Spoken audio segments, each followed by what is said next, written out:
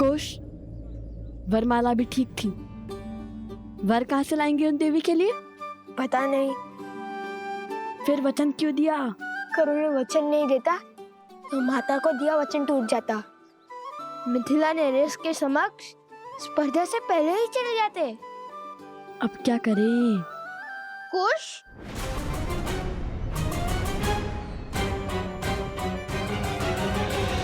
सैनिक थोड़ी ही ना हमारा नाम जानते हैं।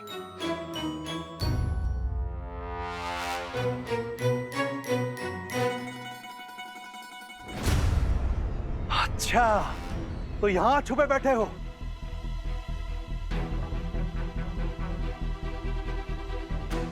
तो अकेले नहीं हो, पूरा का पूरा चोरों का दल है।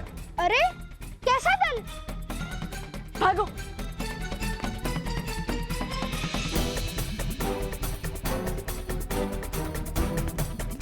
अरे महाशय, आप तो हमारे पीछे ही पड़ गए। कहा ना, मैंने आपका अश्व नहीं चुराया। मैंने आपके अश्व से अनुमति मांग ली थी। उसने हाँ में सर भी हिलाया। फिर भी आप हमसे क्रोधित हैं।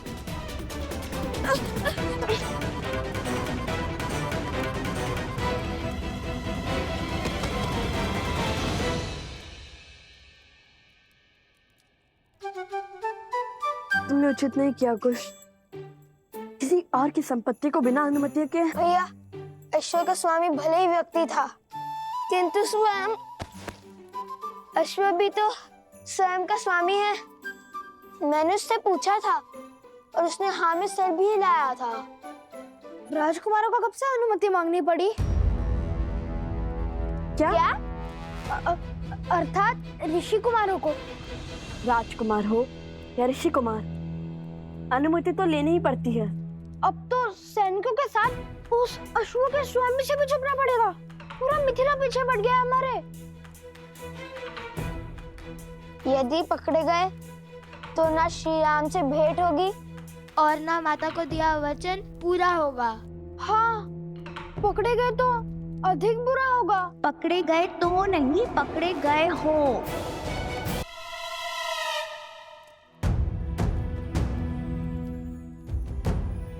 देवी आप? यहाँ कैसे? मिथिला वासी हूँ, चप्पा चप्पा क्या आता है छिपने का।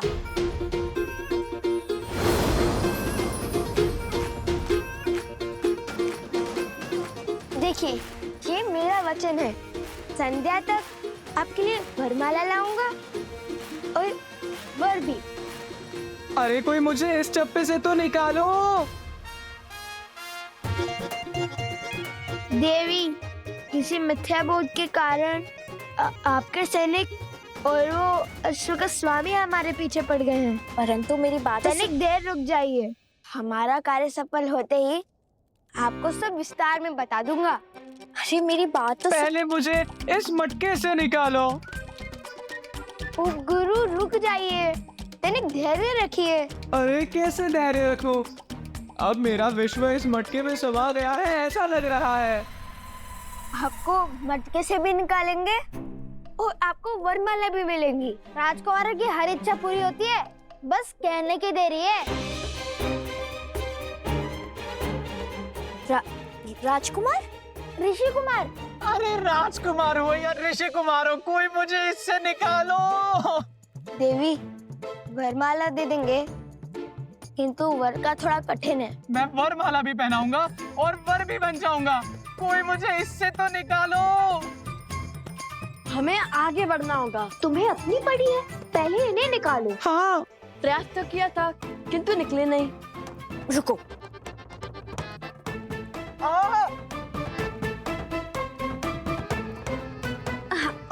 अच्छा बैठो बैठो।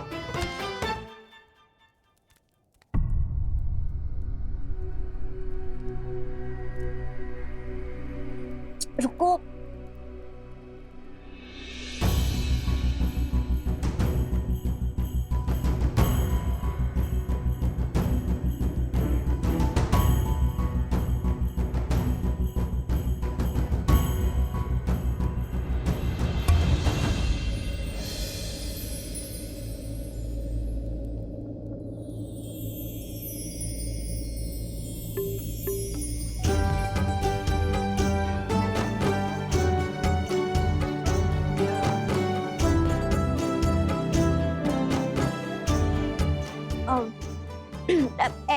ऐसे क्या देख रहे हो? क्या मैं राक्षसी लग रही हूँ? अरे नहीं नहीं, ऐसी बात नहीं है। तो फिर कैसी बात है? अरे लज्जा आ रही है इन्हें, वो कभी इतनी सुंदर स्त्री देखी नहीं है ना। उन्होंने स्वयं कहा था वर भी है और वरमाला भी पहनाएंगे। यदि आप वरमाला पहनाएंगी तो मना नहीं करेंगे, है ना उपगुरु? तो क्या विचार है आपका उपगुरु? मिल गए।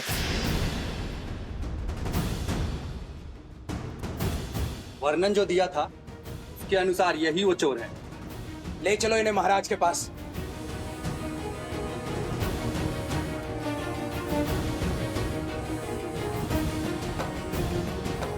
ऐसा साहस मिथिला के पुजारी, त्रिकाल के जमाता, वास्तव में समस्त मिथिला के जमाता है। आपने इनका अपमान करने का दुस्साहस कैसे किया सैनिक? क्षमा करें देवी प्रसूता, परंतु कोई बात नहीं।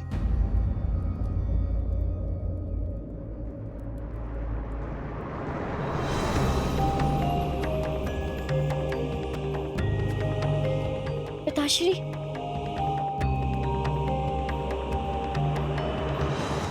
श्री त्रिकाल महोदय प्रणाम। मुझे भी अभी अभी पता चला है कि मेरी पुत्री ने इन महाशय का चयन किया है। शीघ्र विवाह संपन्न होगा।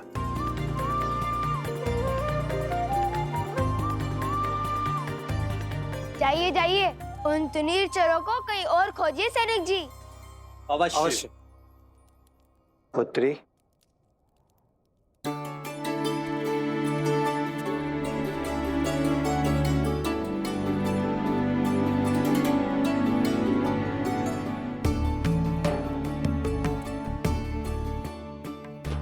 मैं अगस्त गोत्र का शिव उपासक त्रिकाल शरण शर्मा हूं। और ये मेरी पुत्री प्रसूता है। आप हमारे आवास पर अतिथि होकर पधारिए महाशय, और अपना परिचय दीजिए।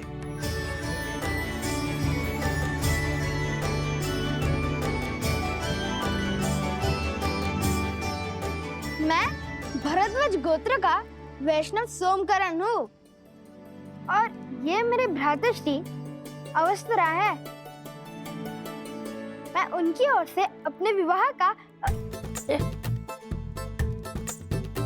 क्षमा करें, अपनी ओर से इनके विवाह का प्रस्ताव। सुनो सुनो सुनो, मिथिला के जमाता, अयोध्या के महाराज श्री रामचंद्र के स्वागत में कल प्रातःकाल भव्य उत्सव होगा। उसके पश्चात संसार भर से धनुर्धारी आके अपनी कला का प्रदर्शन करेंगे। अच्छा शुभ होगा, और कल श्री राम से भेंट भी निश्चित है। हाँ भैया, कदाचित माता सीता भी उनके साथ हो।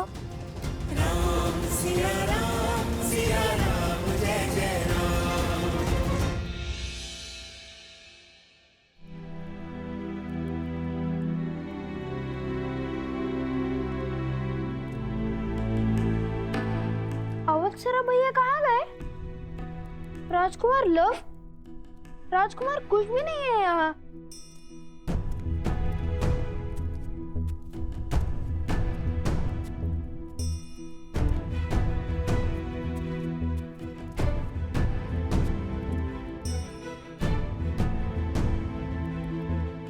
कहाँ गए ये?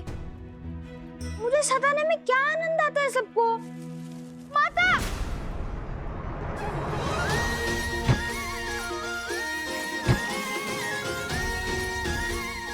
टोकरी के भीतर छुपने का छल अच्छा है।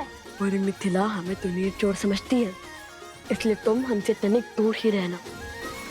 वे नहीं जानते कि तुम हमारे साथ हो। हाँ, उपगुरु अवत्सरा वरमाला बनाने के पुष्प लेने गया है प्रसूता के साथ। तुम भी जाओ और विवाह की तैयारियां करो। हम स्पर्धा जीतकर अभी आते हैं। किंतु मुझे भी श्री राम से मिलना है। उनसे मिलने का अवसर मैं कैसे छोड़ दूं?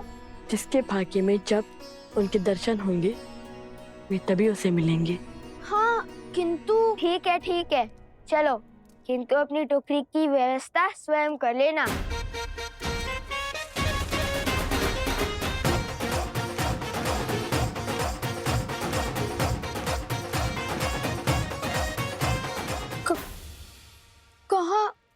कहाँ है टोकरी? अरे यदि मुझे कोई पहचानता ही नहीं तो मुझे छुपने की क्या आवश्यकता है? मूर्ख बना गए मुझे।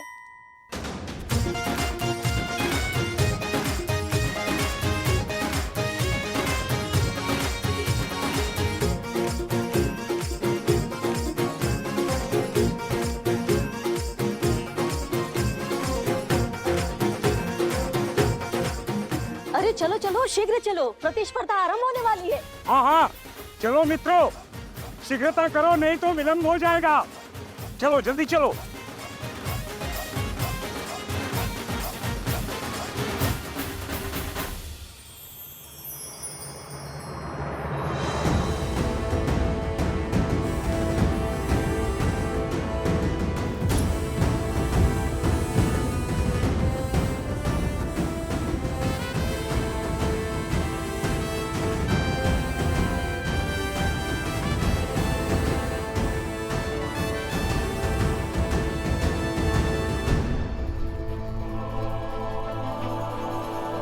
कदाचित किसी कुमार में सीता की बस एक झलक दिख जाए।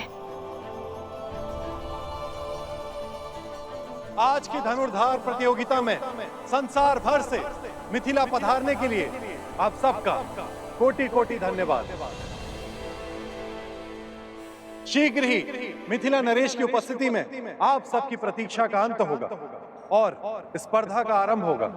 मिथिला नरेश महाराज जनक पधार रहे हैं। महाराज जनक की, महाराज जनक की, महाराज जनक की, महाराज जनक की, महाराज जनक की, महाराज जनक की।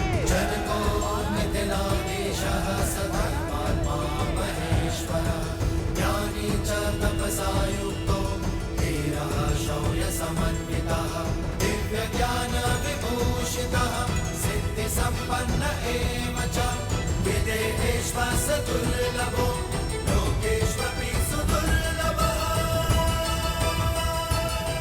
और आज महाराज जनक के साथ ही मिथिला की पावन धरा पर मिथिला के जमाता, रावण के मर्दक कौशल नरेश, धर्मपरायण, मर्यादा पुरुषोत्तम श्री राम के पग पड़ रहे हैं। मर्यादा पुरुषोत्तम श्री राम की शैन।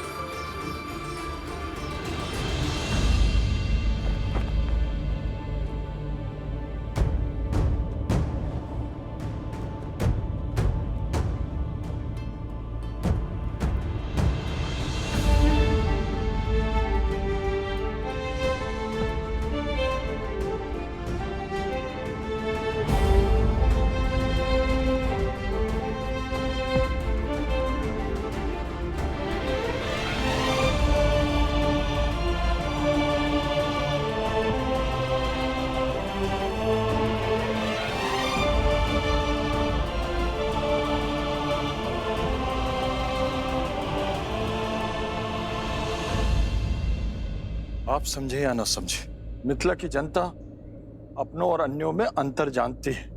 यही तो दुख है कुशाध्वज।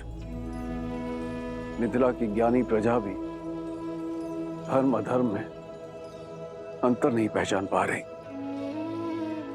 जिसने भी श्री राम को नहीं अपनाया वो धर्म से वंचित रह जाएगा। हमारी प्रजा का यह आवेश भी मेरी ही भूल है। कदाचित उन्हें आभास ही नहीं है कि मेरे हृदय में श्री राम के प्रति कोई द्वेष नहीं है, और जब उन्हें ज्ञात होगा तो संभवतः उनका क्रोध भी शांत हो जाएगा।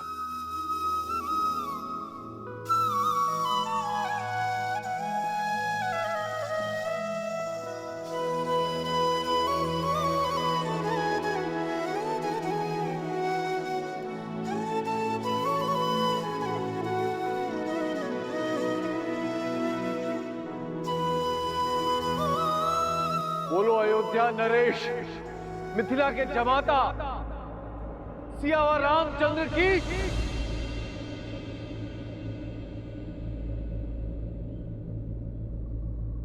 सियावर रामचंद्र की सियावर रामचंद्र की सियावर रामचंद्र की सियावर रामचंद्र की सियावर रामचंद्र की सियावर रामचंद्र की सियावर रामचंद्र की सियावर रामचंद्र की सियावर रामचंद्र की सियावर रामचंद्र की सियावर रामचंद्र की सियावर रामचंद्र की सियावर रामचंद्र की सियावर रामचंद्र की सियावर रामचंद्र की लगता है श्री राम मंच पर आ गए। भैया मुझे इन्हें देखना है, शीघ्र चलिए ना। चलो।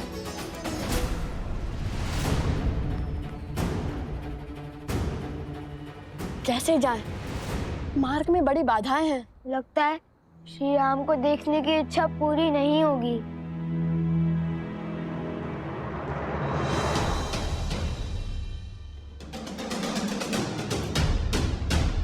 तुम्हारी इच्छा अवश्य पूर्ण होगी कुश। आओ मेरे साथ।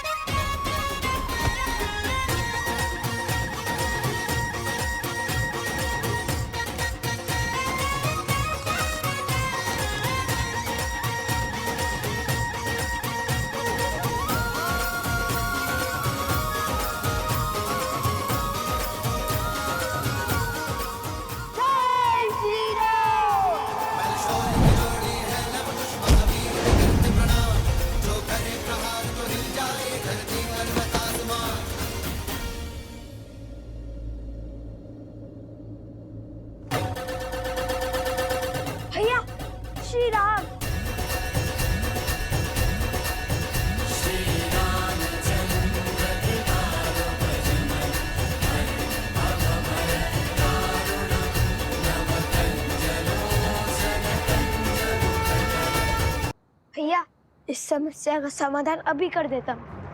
नहीं कुश, ब्रज राज्य की गरिमा होती है, उनकी भावनाएं उससे जुड़ी होती हैं, और प्रहार तो शत्रुओं के ध्वज पर भी नहीं करना चाहिए कुश।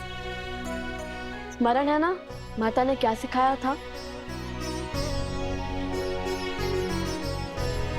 तन को छल्ली करने से भी अधिक घातक है भावनाओं को तार तार करना। तन के घाव भर जाते हैं, मन के नहीं। हनुमान जी होते तो कितना अच्छा होता, पवन देव से कहकर इस तीव्र वायु को रोक देते। यदि माता ने महाराज जनक से मिलने के लिए मना न किया होता तो दर्शन तो क्या, अभी तक तो भेंट भी हो चुकी होती श्री राम से। किंतु तुमने उचित कहा कुश, पवन देव से कहकर इस तीव्र वायु को रोक देते हनुमान जी।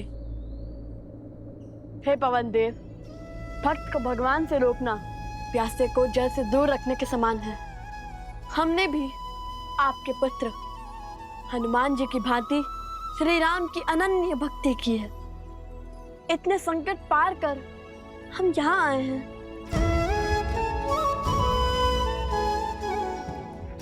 अब तो सहायता कीजिए ना। यदि हमारी भक्ति सच्ची है तो कृपया अपने वेग का थोड़ा कम करें और हमें केवल श्री राम के दर्शन का आनंद दे।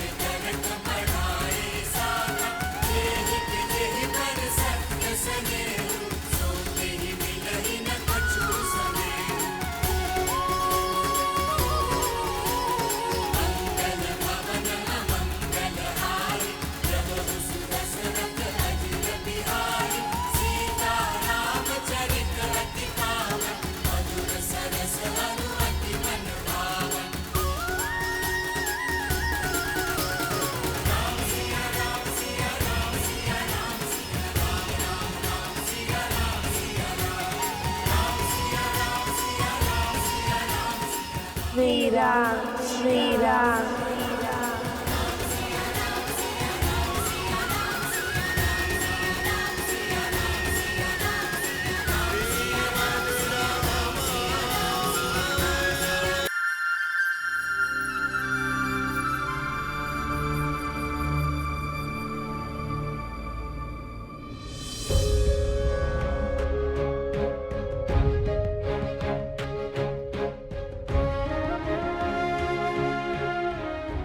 महाराज, आपके नेत्र उन ऋषि कुमारों को खोज रहे हैं। हाँ श्री राम, उनके मिथिला में आने का प्रमाण तो मिल ही चुका है। वो तुनीर, अवश्य ही वो यहीं कहीं होंगे। फिर चिंता किस बात की? ऐसी प्रतिस्पर्धा कोई धनुर्धर नहीं छोड़ेगा। आप स्पर्धा का शुभारंभ कीजिए महाराज। वो बालक अवश्य भाग लेंगे। हम अवश्य भाग लेंगे कुश। प्रतियोगिता क्षेत्र में हमारे जाने पर रोक है, किंतु हमारे बाणों को तो नहीं। महाराज जनक ने प्रतिस्पर्धा के आरंभ का आदेश दे दिया है, तो पहली प्रतियोगिता है जो इस पक्षी को धरा पर ले आएगा वो होगा पहले चरण का विजेता।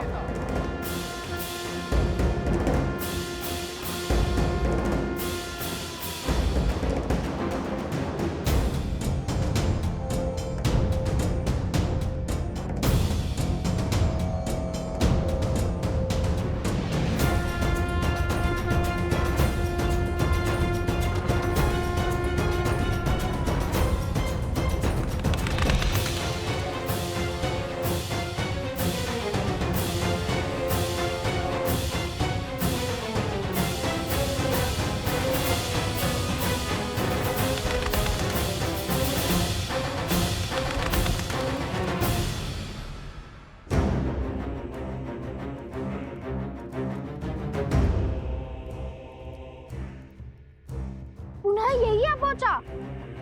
वहां जाता हूँ जैसे आया था।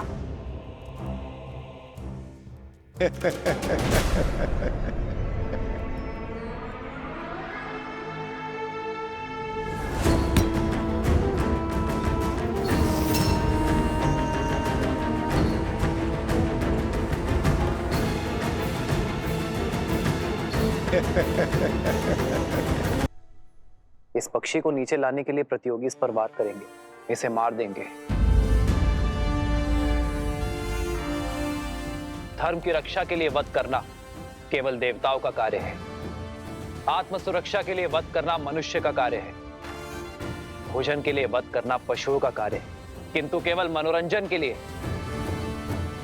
या सामर्थ्य के प्रदर्शन के लिए वध करना केवल और केवल राक्षसों का कार्य है।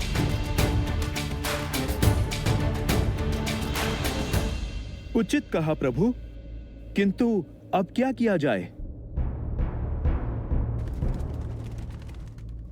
इस पक्षी को बिना मारे भूमि पर लाना होगा।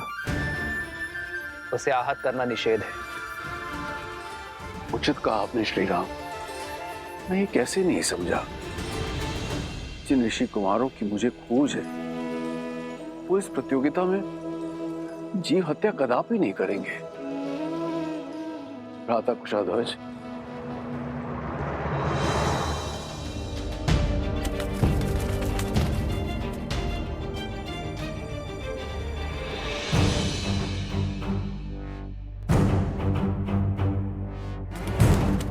प्रभु, बिना पक्षी को आहत किए कैसे नीचे लाएंगे वो?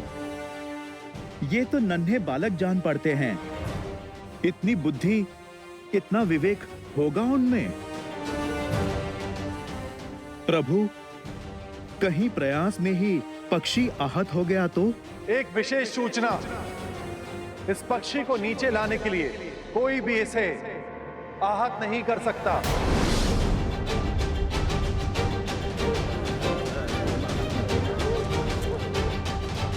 अरे बिना वार किए नीचे कैसे लाएंगे?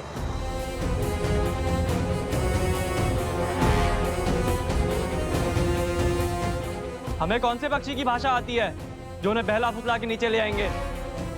हम सब साथ में बाण मार कर भी उसे नीचे नहीं ला पाएंगे।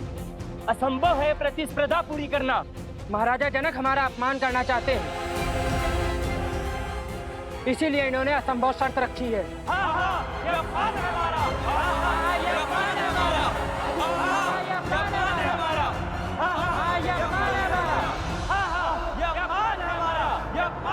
शांत हो जाइए, शांत हो जाइए। हम कैसे शांत हो जाए? यह अपमान है हमारा।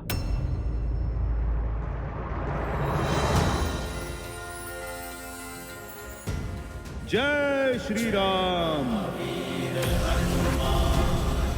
भैया वो देखिए, हनुमान जी, हनुमान जी। जय हनुमान, जय बजरंगबली। धन्य हो गए हम। पहले प्रभु श्री राम और अब हनुमान जी के भी दर्शन हो गए हमें। ऊपर माता सीता के दर्शन हो जाए। राम नाम से सागर में पत्थर तैर गए महाशय, और आप कहते हैं बिना मारे पक्षी को नीचे लाना असंभव है। प्रतियोगिता का नियम है तो उसे पूरा करने वाला भी होगा, अन्यथा हार मान के अपने ध्वज को लज्जित करके आप चले जाइए यहां से।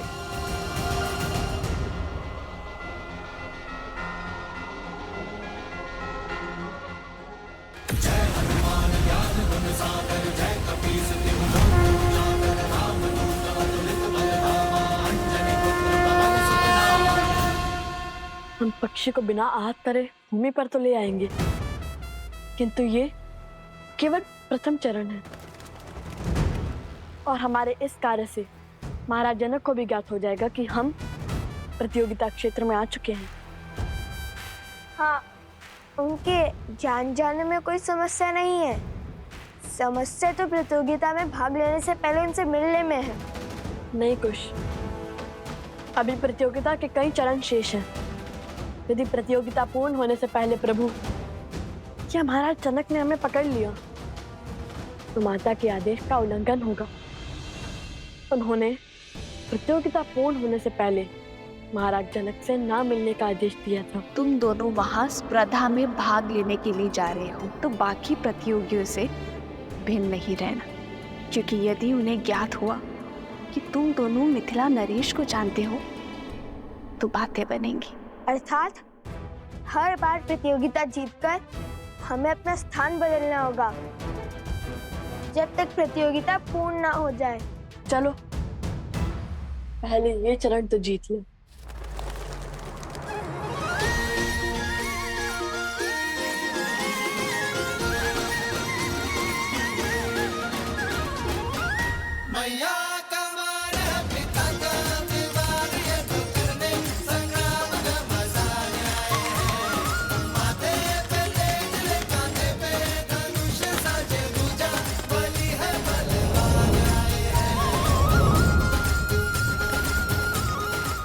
अभी नहीं कुछ, उसे तनिक हमारे महाराज के निकट तो आने दो।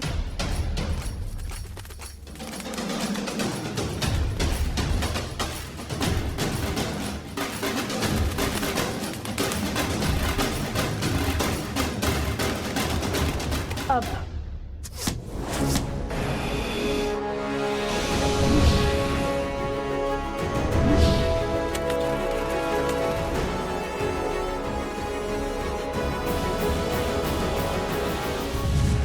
वो देखिए तीर।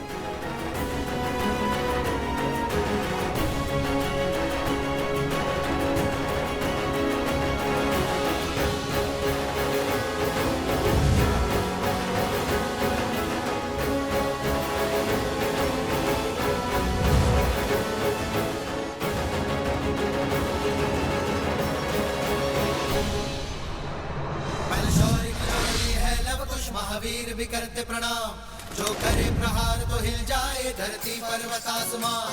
बलशौरी की जोड़ी है लव कुश महावीर भी करते प्रणाम, जो करे प्रहार तो हिल जाए धरती पर्वत आसमान। धनुष उठावे प्रत्यंचा जो करे बाण संधान, तो इनमें दिखे सीता का धीरज बल जैसे श्री राम।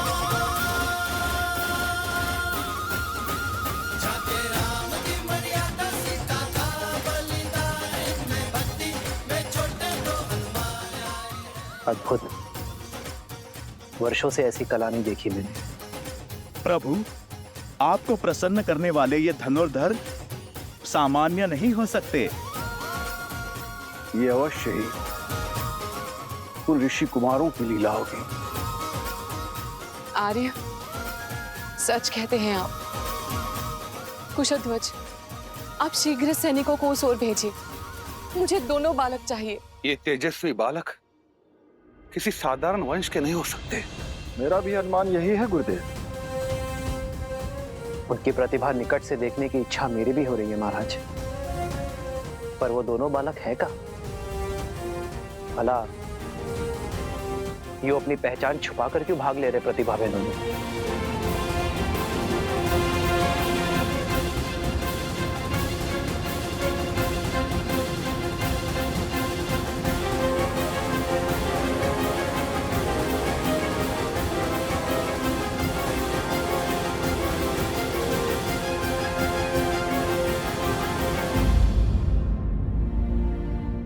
मुझे पूर्ण विश्वास है कि ये वही वीर बालक है, किंतु ये चुप चुप किस स्पर्धा में भाग क्यों ले रहे हैं? उन बालकों को खोजना चाहते हैं तो प्रतिस्पर्धा आगे बढ़ाइए महाराज।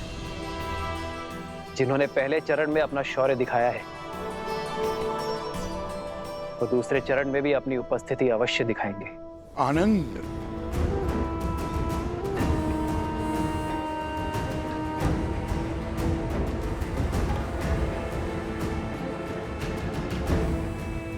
कोई बात नहीं, अभी कुछ देर में तुम्हारे मित्र प्रतिस्पर्धा जीत जाएंगे और तुम उनका सत्य सबके सामने उजागर करोगे। फिर हम दोनों उत्सव मनाएंगे।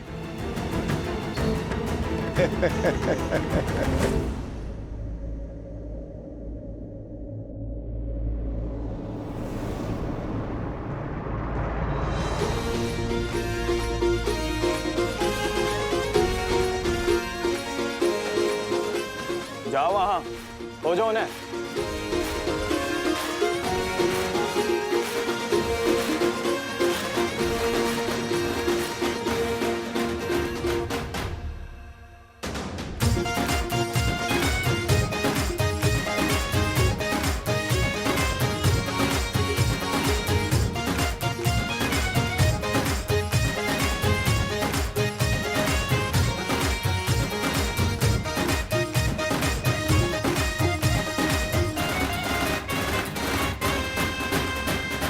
यदि माता के आदेश की बेड़ियां ना होती तो अब तक प्रभु श्री राम के आशीष पा चुके होते, कदाचित माता सीता के भी। माता ने प्रतियोगिता पूर्ण होने से पहले महाराज जनक के समक्ष न आने का आदेश इसलिए दिया था ताकि महाराज जनक को कोई पक्षपाती न समझे, और यदि ये आदेश ना हुआ होता तो प्रतियोगिता स्थल से इतनी दूर, इतनी बाधाएं पार कर करधा में भी ना जीते होते। उचित है। और वैसे भी प्रभु श्री राम का आशीष तो देर सवेर भी ले लेंगे हम।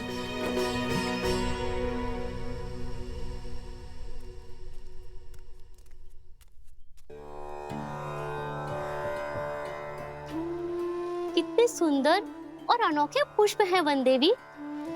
कहाँ से मिले? आश्रम के आसपास तो ऐसे पुष्प नहीं है। फाल्गु नदी से लौटते समय लवकुश लेकर आए थे। इतनी सुंदर और अद्वितीय माला बनाई, किंतु इतनी छोटी क्यों? ये मेरे आराध्य के लिए, जिनकी मूर्ति मैं सदा अपने साथ रखती हूँ। ये लवकुश भी ना जब सामने होते तो कोई ना कोई करतब कर मुझे चिंता में डाल देते हैं, और जब सामने नहीं होते तो किसी अनिष्ट का भय मेरी चिंता का कारण बन जाता है। तो सोचती हूँ किसी न किसी कार्य में अपना मन लगा लो। आज भी न जाने कैसी चल रही होगी उनकी प्रतिस्पर्धा। कहीं माता उन्हें देखकर सत्य ना जान गई हो। तो अब समय आ गया है इस प्रतियोगिता के दूसरे चरण का आरंभ करने का। देखते हैं इस चरण में कौन जीतता है, वो जो हमारे समुक्ष हैं या वो जो गुप्त हैं, जिनके केवल बाण ही हमारे समुक्ष हैं। श्री राम, लव कुश की प्रतिभा को देखते हुए ऐसा प्रतीत हो रहा है कि इस प्रतियोगिता के स्तर को बढ़ाना होगा। आपके क्या विचार हैं?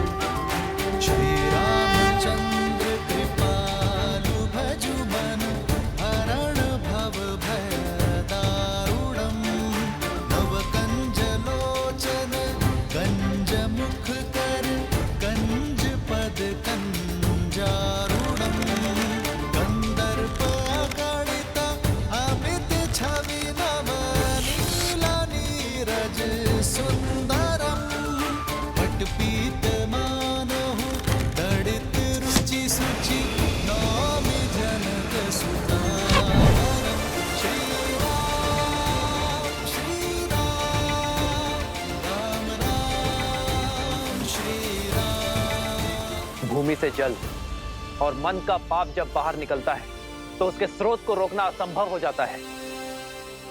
आज जो धनुर्धारी इस जल के स्रोत को रोक पाएगा वही वास्तव में महान कहलाएगा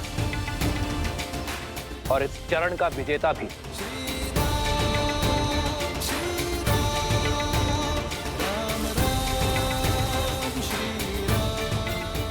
भूमि से निकले जल को रोकना कठिन होगा। अत्यंत कठिन कार्य है श्री राम। किसी भी भूमि से जल निकालना गुरु अपने शिष्य को अवश्य सिखाते हैं, किंतु धरा से निकलते जल को रोकना ये हर किसी के बस की बात नहीं है। वीरों को परख रहे हैं महाराज। परीक्षा इतनी सरल कैसे हो सकती है? देखते हैं उन ऋषि कुमारों ने विद्या सीखी है या नहीं।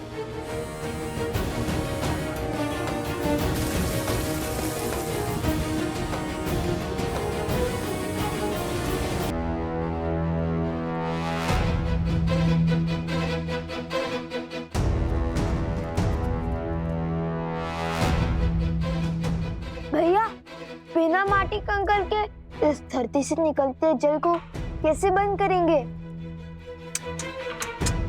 असंभव।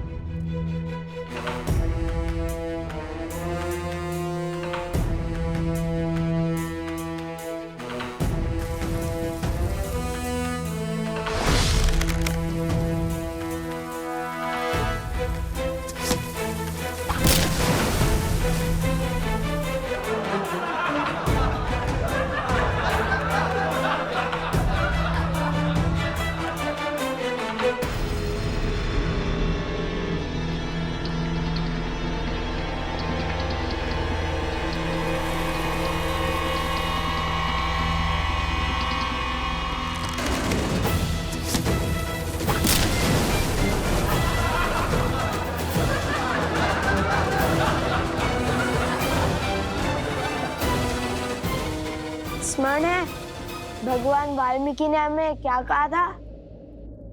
ईश्वर कोई कठिनाई ऐसे ही नहीं देता इसका हल संभव ना हो। अर्थात हमें समस्या पर नहीं, उनके शब्दों पर ध्यान देना चाहिए। श्री राम की दी हुई चुनौती को ठीक से समझना चाहिए। उनके मुख से निकले हर शब्द में ही संकट का हल होता है, किंतु सरल तो ये भी नहीं होगा, क्योंकि महान व्यक्ति और व्यक्तित्व के मुख से निकले शब्दों को समझने में कभी कभी पूरा जीवन निकल जाता है। अरे शीघ्र हल खोजिए भैया, जीवन भर यही थोड़ी ना छुपे बैठ सकते हैं। मन के गर्त से निकले पाप को रोकने के लिए क्या उपाय हो सकता है? ईश्वर की कृपा, और क्या।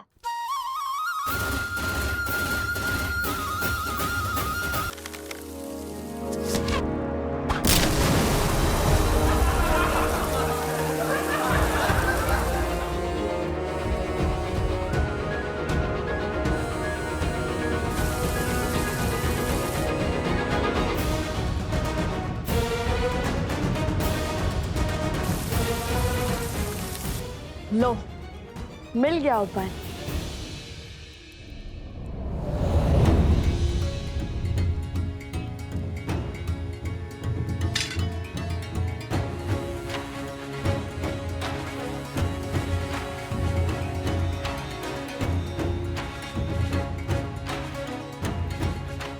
जल का प्रभाव नीचे से ऊपर है, तो उसे रोकने के लिए हमें उसका विपरीत अर्थात ऊपर से दबाव बनाना होगा।